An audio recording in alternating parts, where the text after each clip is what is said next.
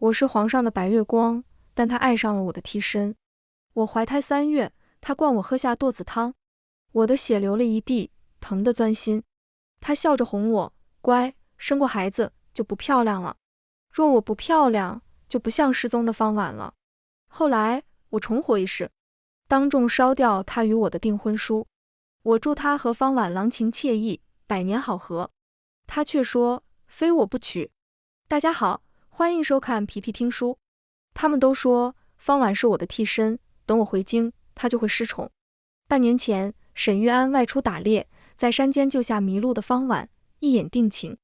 我远在江南养病，都听说太子爷爱上一个孤女，整日捧在手心里宠着。沈玉安给我写信，叫我别误会。他说方婉是个有趣的人，脑袋里装的都是稀奇古怪的东西。他爱自由，嫁人生子不是他的追求。过段时间他就要离开京城了。厚厚的一沓信，沈玉安没问过我一句，病好没好，伤疼不疼。字里行间全是方婉。回京那日，沈玉安没来接我。我去了趟太子府，倒要看看他在忙什么，忙到把我都给忘了。我到时，方婉正凑在沈玉安跟前，分着吃他手里的点心。两人挨得很近，鼻息交缠，唇间不过咫尺。沈玉安的耳尖泛起粉色的红，我的心突然揪着疼了一下，眼睛又酸又热。我攥了攥手，笑着问：太子府穷的就剩一块点心了，这样掰着吃，够不够塞牙缝？沈玉安猛地抬头，看清是我，又惊又喜。他问我：刘瑾，你怎么突然回来了？我反问：我给你写的信，你没看？他愣了愣，还没开口，方婉突然插话：是不是上个月送来的那封？那天你急着陪我出门，把他的信丢在一边，后来也忘了看，是不是？他转头笑眯眯地跟我赔罪，不过这也不是什么大不了的事，南姑娘，我跟你说句抱歉，你别怪殿下。你不知道，他就是个糊涂虫，整日丢三落四。沈玉安拍拍自己的脑袋，装着叹气：姑糊涂，都是谁害的？你日日往外跑，姑不管你，你早丢了800回了。两人你看着我，我看着你，四目相对，全是亲密无间。我站在这里真多余啊。原来在我支着下巴等沈玉安回信的那些日子里，他把他的时间都留给了另一个女人。我把自己闷在房里好几天，沈玉安日日都来，我日日不见。他让人传话说白马山上的桃花开了，从前说好一起去看的，他在等我。若我不去，他就一直等着。母亲将我从榻上拽起来，把我塞进马车，逼着我去见他。母亲说，沈玉安是储君，总有一天他会有3宫6院，院里塞得满满当当，全是女人。他的心会掰成好几半，这儿留一点，那儿忘一块，这是迟早的事。我知道，我都知道。我的脑子清醒得很，我只是心里难受。从前沈玉安说这辈子就爱我一个，我也是当笑话来听。可是我得要他明白，我是他未过门的妻子，预备的太子妃，未来的皇后。他身边的女人来来往往，可以，但要是有人想骑在我的头上，那是做梦。沈玉安不能给我完整的爱，那就给我绝对的权利和尊重，也是好的。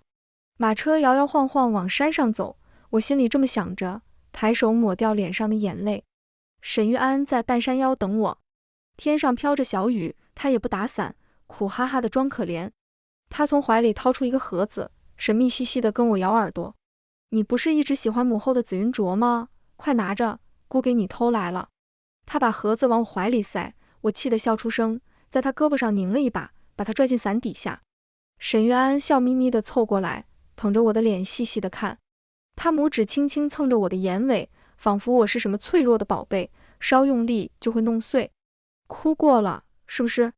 眼睛都红了，跟兔子似的，赶明儿姑送你一车胡萝卜啃啃。我喜欢他这样珍重地对待我，也喜欢他说俏皮话逗我笑。天边滚了道响雷，沈玉安突然不说话了，盯着黑压压的云皱了皱眉。之后他一直在走神，他为我撑伞，伞歪在一边，露出我半个肩膀，他也没发现。直到身后传来一阵急促的马蹄声。太子府来人说方婉要走了，他正在收拾行李，马上启程，谁都拦不住。沈玉安才回神骂道：让你们看着他，一帮废物。他最害怕打雷，大下雨的，他要去哪里？胡闹！电闪雷鸣的天气，风这样冷，我的鞋子湿透了，寒气顺着脚底往上爬。沈玉安不在意，他心里想的只有方婉。他在想他讨厌下雨，害怕打雷。我心里酸酸的，有时候我真恨自己不是根木头。沈玉安问我，刘景，方婉没处可去，姑去瞧瞧她，你自己下山可以吗？我笑着反问，我说不行，你就不去吗？沈玉安喉结微动，捏捏我的脸，哄我说，姑知道你最乖最懂事，别说气话。他把伞塞进我手里，翻身上马，影子很快消失在雨里。我没再留他，要走的人是留不住的。我一个人撑着伞，在桃花林里走了会儿。雨下得很急，枝头的花都被打散了，碾在鞋底，揉成肮脏的泥。从前看着很美的景色，忽然就觉得好难看，再也不喜欢了。那一天，沈玉安和方婉在城中拉扯，弄得人尽皆知。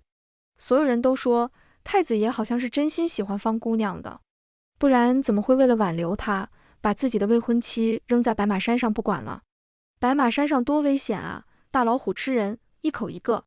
从前他们说南流井是太子爷心尖上的白月光，现在他们说白月光也不过如此。华月把传言一字不漏地说给我听，骂道：我瞧那方姑娘就是故意的，什么时候走不成，偏要挑着太子爷跟姑娘去玩的时候。大街上拉拉扯扯，他还有脸哭，说什么受够了当替身，他知道自己不招人待见。如今姑娘回来了，他趁早自己走，免得别人开口赶人，他要脸。说着说着，他还晕过去了，不偏不倚，就倒在太子爷怀里。好些人都看见了，这会儿倒不要脸了，呸！我把手里的鱼食抛进池塘，静静听着。华月气得直转圈，在我耳边念叨：姑娘，您就真由着他折腾，不管管。管是要管的，不过不着急。方婉倒是巴不得我立刻出手收拾他，等我背上善妒跋扈的名声，他可高兴了。我南家世代簪缨，就凭他也想让我家的门楣挂上污点，他不配。我与沈玉安婚期将近，等我入主东宫，就抬他做太子侍妾。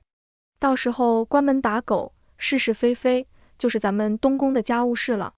沈玉安带着方婉来的时候，我正在池塘边晒太阳，他挨着我坐下，轻轻碰碰我的肩膀。我扭头递给他一个客气的笑脸，他有些陌生地看着我，片刻后问我：刘景，你生姑的气了？我讽刺他：怎么会呢？殿下不是说了，我最乖最懂事。沈玉安慌了，他大约是想起13岁那年，他惹我生气，我当时笑嘻嘻说没事，他就没当回事。后来半年里他做什么我都说没事，倒是将军家的小儿子，常常惹得我破口大骂，追着打。沈玉安心里难受了，把我堵在墙边，非要我骂他打他。刘景，你怎么不对姑发牢骚了？你是不是不喜欢姑，喜欢别人了？你快点骂骂姑，姑怎么心慌的厉害？沈玉安，我的坏脾气金贵着呢，想让我为你难受，你配吗？那一年，沈玉安差点弄丢我跟他的婚事，他追在我屁股后面哄了我好久，做小伏低。我哭着骂他那天，他高兴地多吃了2碗饭。沈玉安从小就是个贱骨头。方婉在一边瞧着沈玉安为我着急，笑眯眯地凑上来：南姑娘，你就别生气了，殿下心里装的全是你，谁也抢不走他。我今日来就是跟你道别的，我回去就走，只要你跟殿下好好的，我怎么样都行。沈玉安拧着眉头问他，说好不走了，你怎么总是说话不算话？方婉对他冷下脸：我不走留着干嘛？你为了别的女人日日给我摆脸色，你觉得我惹他不高兴了，你就对我爱搭不理。既然我在这儿他就不高兴，那我走不就行了吗？我凭什么受你们的气？就因为你们有权有势，就不拿我当人看，你们凭什么欺负我？我宁愿死，也不受你们的委屈。他说着，转身要往池子里跳，我一把扯住他，狠狠甩了他2巴掌。我不理你，你倒蹬鼻子上脸，凭着一张嘴造谣生事，谁欺负你了？如何欺负你了？来，我听你说说明白。想死在我南家，你看看你自己够不够格？方婉冷冷一笑，突然拽着我一起跳进水里。我不会游泳，手脚胡乱地拍着，身子越来越沉，呛了好几口水。混乱中，沈玉安一把抓住我，他冷脸把我丢给身后跟来的人，转身游向方婉。后来发生的事，我都浑浑噩噩的，只记得沈玉安拖着方婉上岸，哭着求他醒一醒。方婉呕出好几口水，恢复些神智，拽着沈玉安的衣服，跟他一起哭了。他埋怨他，我在你心里永远都排在他后头，你知不知道刚刚我有多害怕？你明明知道他身边有那么多人去救他，可是你还是丢下我，先去找他了。我死心了，殿下，你放我走吧。沈玉安紧紧地搂着他，他跟他保证，别走，你别走。姑答应你，以后丢下谁也不会丢下你了，好不好？落水后，我开始发烧，每夜梦魇缠身。我梦见我和沈玉安成亲了，大婚那日，他一直不高兴。等到后半夜，他冲进洞房，粗鲁地扯掉我的盖头。他把手里的信甩在我脸上，是方婉写的。他说他走了，我再也不用瞧他不顺眼了。沈玉安指着我的鼻子骂，你的教养都吃到狗肚子里去了。他只是想待在我身边，就这么一点小小的愿望，你都不能容忍吗？明明我什么都没做，就因为方婉模棱两可的几句话，他就把所有的错都联想到我身上。他像一只发疯的野兽，将我压在身下，发泄着心里的不满。新婚夜变成一场折磨，我的尊严被他碾成碎片。太阳升起时，他对着满身伤痕的我冷笑，哭什么？你应该高兴啊，你赢了。从此，他白天是仁德的君主，夜里就变成褪下衣冠的禽兽。所有人都说我是宠冠6宫的皇后，是他此生挚爱。只有我知道，他每晚抱着我，喊的却是方婉的名字。后来我怀孕了，有一日，他突然对我说，你怎么不像婉婉了？我顿时冷汗涔涔，我知道我的孩子大概是保不住了。他捏着我的下巴，把舵子汤灌进我的嘴里，我疼得撕心裂肺。他却只说，刘瑾，你要永远漂亮，永远像他。沈玉安，我恨你。我从梦里惊醒，手探向胸口，那里跳动着我的心脏。梦的最后，我清楚地记得，在我生辰那日，方婉风光回宫。他可真是好手段，消失2年，把沈玉安对他的喜欢变成执念，对他思念到不能自拔。他回来了，立刻就变成他失而复得的宝物，再也没有人能取代方婉在沈玉安心目中的地位。我死的那天，天上飘着大雪，方婉拔走我头上的玉簪，她笑着把它摔碎了。那是母亲留给我的遗物，是我可悲的生命里最后一点念想。我脑子里紧绷的弦就那么断了。我举着剪刀冲向方婉，扎破她的手臂。下一刻，一支箭贯穿了我的胸口。沈玉安站在远处，他握着弓，亲手射杀了我。我猛然惊醒，梦里的疼都是真的啊！我攥着胸口的衣料，崩溃大哭。母亲急得抱紧我，心疼得直掉眼泪。我哭喊着，我不嫁了，我不嫁了，我不要沈玉安了。方婉拽我落水的事惊动了皇后，她叫我进宫吃午饭，说要为我做主。我到时方婉正跪在院里，大太阳晒着，瞧着很不好受。桌上摆满我爱吃的菜，我小口喝着鱼汤。沈玉安坐在我对面，脸色很难看。有人因为你跪了2个时辰，你还有心情吃饭？刘瑾，你怎么变成这样了？我面不改色，边吃边说，做错事就要受罚，不然不长记性。沈玉安眯了眯眼，咄咄逼人地质问我，方婉言语不检，举止失礼，他有他的错处。可是刘瑾，他拖你下水，是不是因为你辱骂他，殴打他？我放下碗筷，平静地看着他，点头说是。他笑着问我，既然你们都有错，为什么只有一个人受罚？难道就因为你姓南，他姓方？他明地说我仗势欺人。我反问，那依太子殿下的看法，该怎么罚我才好？我把脸伸出去，让他打回来可好？沈玉安垂下眼，声音放缓些，刘瑾，你明明知道姑不是那个意思。皇后慢悠悠开口，你们2个都快成亲的人了，何必为了一个无关紧要的女人吵成这样？太子，那个方婉心思重又恃宠而骄，你若不想日后家宅不宁，就离她远点。我喝掉碗里最后一口汤，放下勺子，掏出我与沈玉安的订婚帖，薄薄的一张纸，曾经寄托着我所有的少女情思。我不曾犹豫，将它扔进汤锅里，那张纸片刻就被浸湿，毁得面目全非。沈玉安立刻去捞，他的手被热汤烫成淡淡的粉色，订婚帖像烂泥一样软塌塌地挂在他的手指上。他眼里有一点泪光，压着火气问我：南流景，你疯了是不是？我不理他，只是跪在地上向皇后叩首。姑姑，我与父母已经商量好了，从前定下的亲事还是算了。姑姑，父亲说从前他没能护得住你，如今他不想南家的姑娘再受苦了。我悔婚那天，沈玉安一路沉默着跟着我到南府大门。我进门前，他终于开口：刘景，姑这里可不卖后悔药。我头也不回地告诉他，绝不后悔。我和太子婚事告吹的事很快就传遍京城，母亲每天守着大门，看哪家富贵公子赶来提亲。等了月余，也没人来探门槛。京城的公子哥都在看沈玉安的脸色，他把我变成一个笑话。我娘气得天天在家骂我爹，爹爹没办法，只好给远方的老朋友写了封信，管他借个儿子来与我相看。来人叫陈锦仪，是江北陈氏的嫡支，他家祖宗是开国大将，200年的名流世家，手里握着太祖御赐的丹书铁券，连皇上都得敬让3分。母亲把陈锦仪夸得天花乱坠，说他温文尔雅，能文能武，最重要的，他是世间不可多得的美男子。其实这些都不重要，我对爱情已经不抱幻想，爱会让人受伤。我对陈锦仪的期待仅限于他父亲是陈家家主，而他是嫡长子。若我与他能成，日后便是整个陈氏的当家主母，太祖恩赐，见到皇上都不必跪了。想想都高兴。相看那日，我们在大相国寺见面。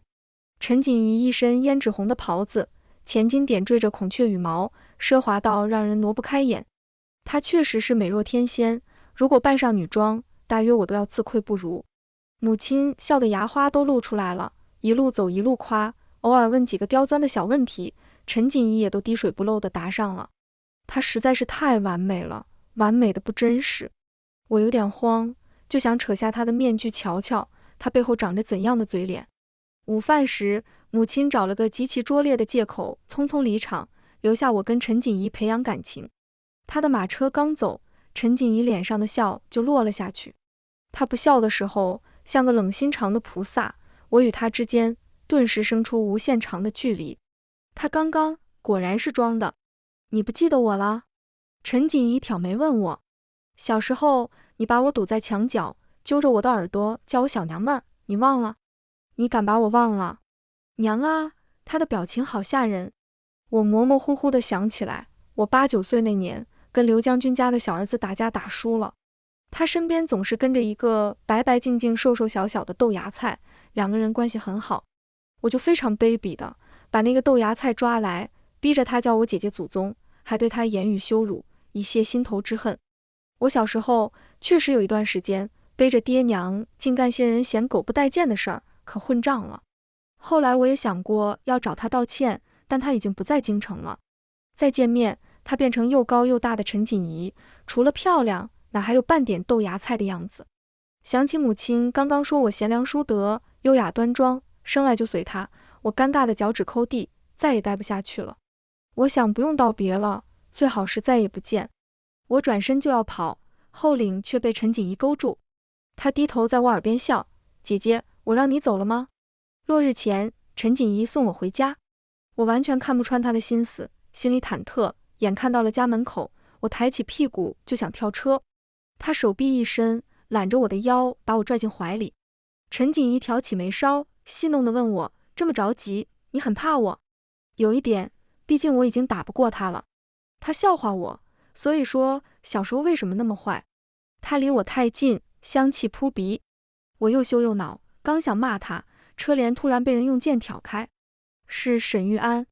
他半垂眼帘，剑光折射在他的侧脸，照出阴狠的神态。他平静地开口：南流景，谁教你投怀送抱，还要脸不要？下车。陈锦仪偏偏笑着搂紧我，他把下巴搁在我的肩上，眼尾瞥向沈玉安，挠痒一样低声说：别动，动了你就输了。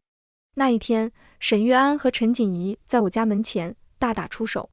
京中又有人说，白月光到底是白月光，便是不爱了，也容不得别人染指。我与陈锦仪相看的事，也弄得人尽皆知。这下我真是被架在火上烤了。母亲一日问我8遍，陈锦仪瞧不瞧得上我？我只说，谁管他瞧不瞧得我，怎么不问问我瞧不瞧得上他？母亲一巴掌拍在我的后脑勺上，哪轮得上你挑3拣4？如今我的情况确实不容乐观，世上统共也没几个人敢娶我，其中一个还因为我小时候嘴欠，把他给得罪了。母亲拉下老脸给陈锦仪去了封请帖，借着长辈的名义，请他到家里坐坐。他没回信，没把我们南家放在眼里。母亲气病了，我跟母亲说，这辈子大不了就不嫁了，待在他身边做老姑娘也不错。她笑着点头，抡起棒槌，追着我满院跑。贵妃生辰时，皇上把宴会设在南湖的画舫上，并邀城中公子小姐与他作伴。我登上船，没想到方婉竟然也在。听说荣恩侯认她做了干女儿，梦里好像没有这茬事。不过沈玉安为了他跟我闹得分道扬镳，明眼人都知道方婉是科上好的棋子，所有人都在等着看我和他会闹出怎样的热闹。方婉穿罗裙戴珠钗，跟沈玉安站在一起，宛如一对璧人。他看见我，高高兴兴地跑过来，扬声与我打招呼：“南姐姐，你今日能来，我好开心。”他张开手臂，好像要抱我，我下意识抬起胳膊一挡，他突然就摔倒了。沈玉安快步上前，方婉扶着他的胳膊站起身，红着眼眶看我一眼：“南姐姐，我知道你讨厌我，可是我一直很想亲近你。在京中，我只认识你一个，我们可以好好相处吗？”沈玉安打断他，翻过他的手心，看着蹭破的皮，问他疼不疼。方婉赶紧摇头：“不怪南姐姐，是我自己没站稳。”沈玉安低低地应了一声：“姑知道，日后你走慢些，别伤到自己。”方婉微微一愣，笑着点头，没再说话。晌午陪着贵妃吃了点酒，我有点乏，就挑了个安静的地方坐着吹吹风。忽然有人从背后狠狠推我一把，我险些跌进湖里。华月眼疾手快扶稳我，回头就看见方婉撇着嘴笑：“南姐姐，别瞪我啊，好吓人。我只是想跟你打个招呼，你自己没站稳，可不怪我。”我想也没想，回手就是一巴掌抽在他脸上。方婉瞪着我，又要掉眼泪。我冷笑：“这儿没别人，你装给谁看？”我揪住他的衣领，摁着他的头，把他往湖里推。方婉吓得抱紧围栏，失声惊叫：“我只是跟你打个招呼，你要是站不稳，可别怪我。”我话音未落，忽然一支长箭直直地射向我。沈玉安站在不远处挽着弓，和梦里一模一样。他为了方婉要了我的命。长剑擦破我的耳朵，我像丢了魂一样跌坐在地上，止不住的发抖。那支箭明明没有刺进我的胸口，可是我的心好疼啊，疼得我直掉眼泪。所有人都在围观我的狼狈。方婉扑进沈玉安的怀里，紧紧抱着他不肯撒手。沈玉安推开他，在我身前蹲下，他掏出手帕擦着我的眼泪，轻声安慰着：“刘瑾，吓到了是不是？姑是一时情急，怕你闹出人命。”我几乎是咆哮出声：“滚！你别碰我！”沈玉安还要向我伸手，一只香玉的宝靴突然踹在他的胸口。有人把我抱了起来，我不看就知道是陈锦仪。她的香气特别好闻，我第一次见她就牢牢记住了。她用衣服盖住我，把我的眼泪都藏起来，不让人看，不让人指点。陈锦仪抱我回家，母亲从榻上跳起来，高兴得病全好了。她刚要笑，看见我昏昏沉沉的样子，又哭起来。听大夫说我没事，只是惊吓过度，养2天就好了。她没忍住，指着东边破口大骂，中气十足。骂到一半，回头看见陈锦仪还在，她叉着腰问他为什么不回请帖。你若不是想取我的心肝，就别来招惹他。陈锦仪却说她根本没收到过请帖，她跟母亲说喜欢我，想娶我，只是大概我瞧不上她。母亲大力地拍着她的胳膊，笑得眼睛都看不见了。怎么会，刘瑾日日都念叨你呢，说你一表人才，她可满意了。娘，我还没死呢，你在胡说八道些什么？我虚弱的张张嘴，说不出话。我娘尽情污蔑我，再也没人管得住她。请帖的是左右调查，什么也没查出来，但大家心里都明白是谁动的手脚。荒唐，沈玉安，你真荒唐！画舫的是惊动圣驾，皇上为了安抚我爹爹，狠狠罚了沈玉安。姑姑请母亲进宫说话，她说自从方婉出现，沈玉安就像换了个人似的。她与他说过很多次，离方婉远一点，他就是不听。前几日，沈玉安居然问他把他养大，是真心待他好，还是想要控制他？姑姑这回是真的伤心了。母亲回家后与我感叹，从前怎么没发现沈玉安是这样忘恩负义的人？他生母爬龙床，生下他以后，还拿孩子威胁皇上。若不是姑姑求情，说质子无辜，他早就跟着他生母一起下去了。我想起梦里，姑姑就是被沈玉安活活气死的。思来想去，还是跟母亲说，姑姑一辈子恪守德行，可是偶尔也要为自己多想一想。她收养沈玉安后不久，就诞下三皇子，若真论起来，太子之位怎么也轮不到沈玉安去做。沈玉安生辰这日，给我发来请帖。陈锦仪趁我看不见，把它叠成纸砚，飞到墙那头去了。我从屋里拿出茶，他立马举起书挡着脸，装作很专心的样子，估计正躲在书后头得意呢。我生病这些日子，他天天跑来，母亲起先很高兴，渐渐也觉得烦了。那日二人商量提亲的好日子，母亲说算好了明年2月16，大吉。陈锦仪讨价还价，说今年8月8是个上签，他母亲已经启程往京城来了。我娘笑说真好，然后望着陈锦仪的后背翻了好几个大白眼。她偷偷跟我说，不然娘还是给你找个离得近的，陈家这小伙太粘人了。哈哈哈哈哈！哎，他呀是舍不得我了。我躺在院里的摇椅上，看看陈锦仪，看看云，看看鸟，再看看手里的残卷，时间就静悄悄地溜走了。我打了个盹儿，醒来的时候身上盖着毯子，陈锦仪不见人影了。她不在，我突然觉得心里空落落的。母亲正巧过来，她拾起压在石桌上的一幅画，扑哧笑出声。我凑过去一瞧，看见画里的我歪在摇椅上，睡得口水直流，嘴边还提着小字烧鹅烧鹅。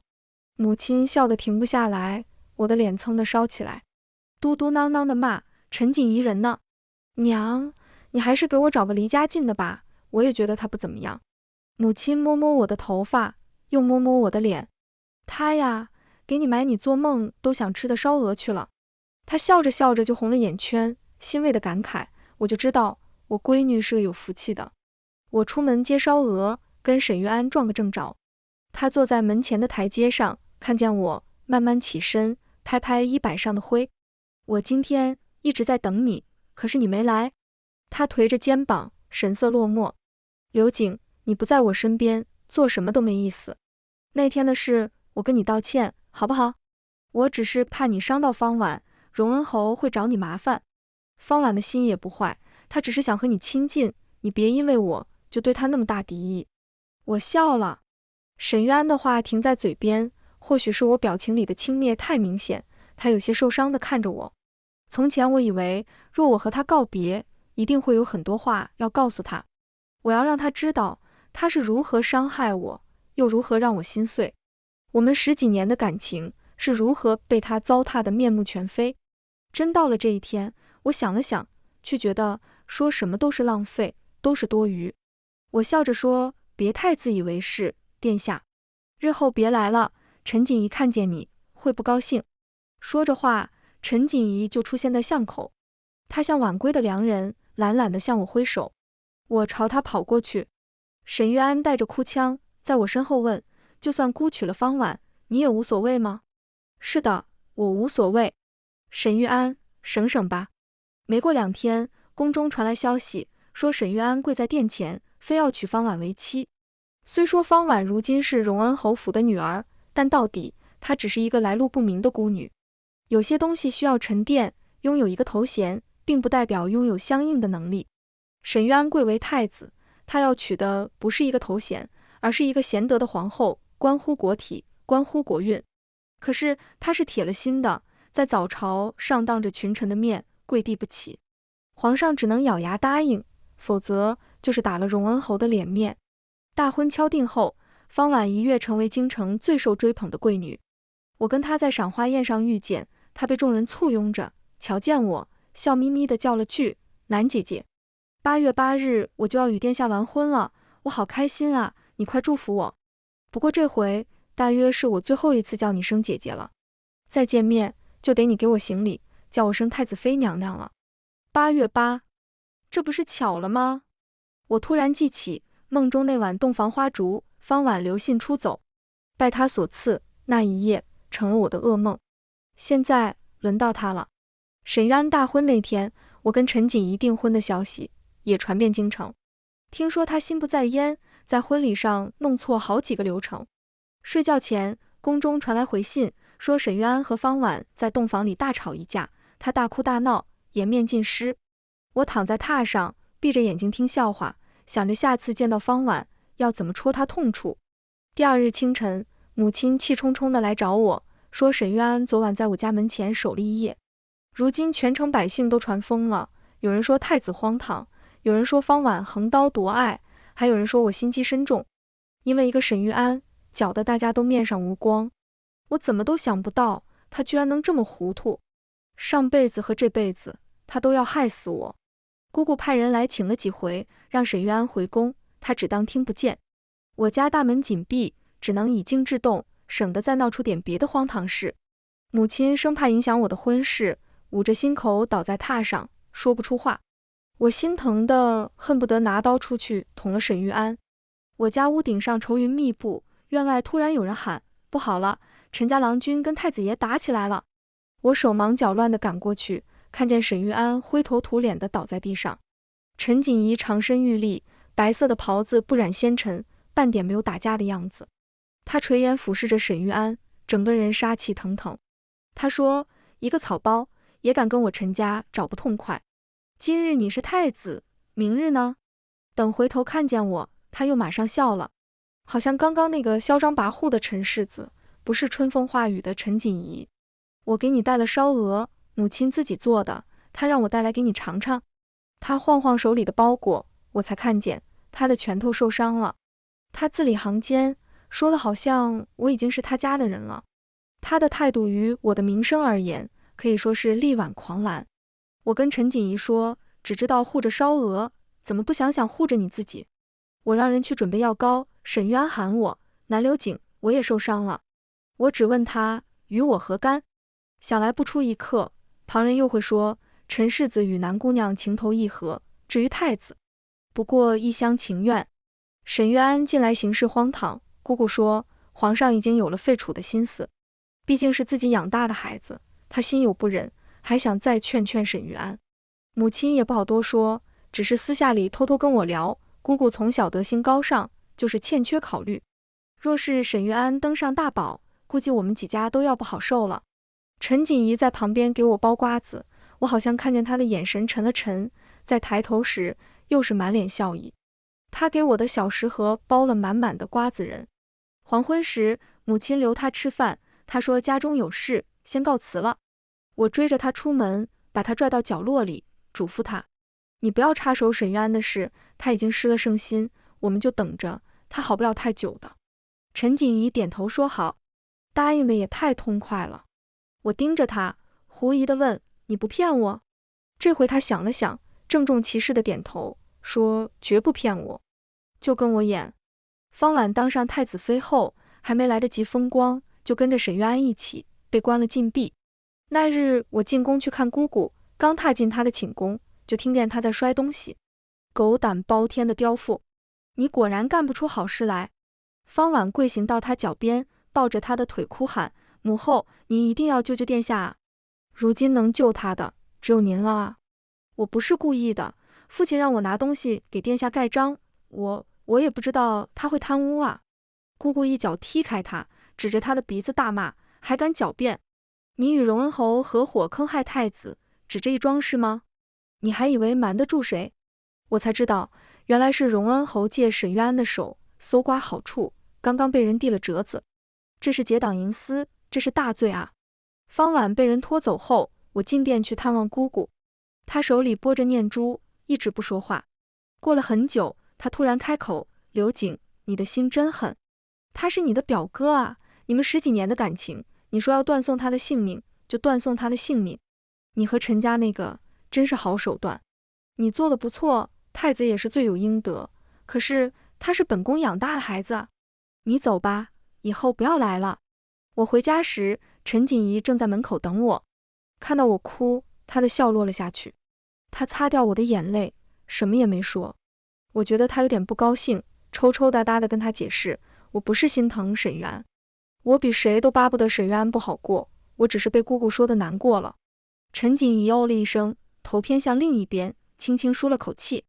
她一直没说荣恩侯的事是她做的，她不说，我也不问。华月说，姑爷真是难得的好男人，换了别的人，给女人做点芝麻绿豆大点的事，都要敲锣打鼓昭告天下呢。我手下缝着嫁衣，笑着逗他，可是他骗我了，骗女人的男人不是好男人。华月反驳我，哪有，姑爷说的是不折腾太子爷，又没说不折腾荣恩侯。谁让太子爷不长眼，偏偏娶了方婉，他呀是罪有应得。如今我家里的人都向着陈锦仪。我出嫁那天，母亲一直笑，笑得我鼻头发酸。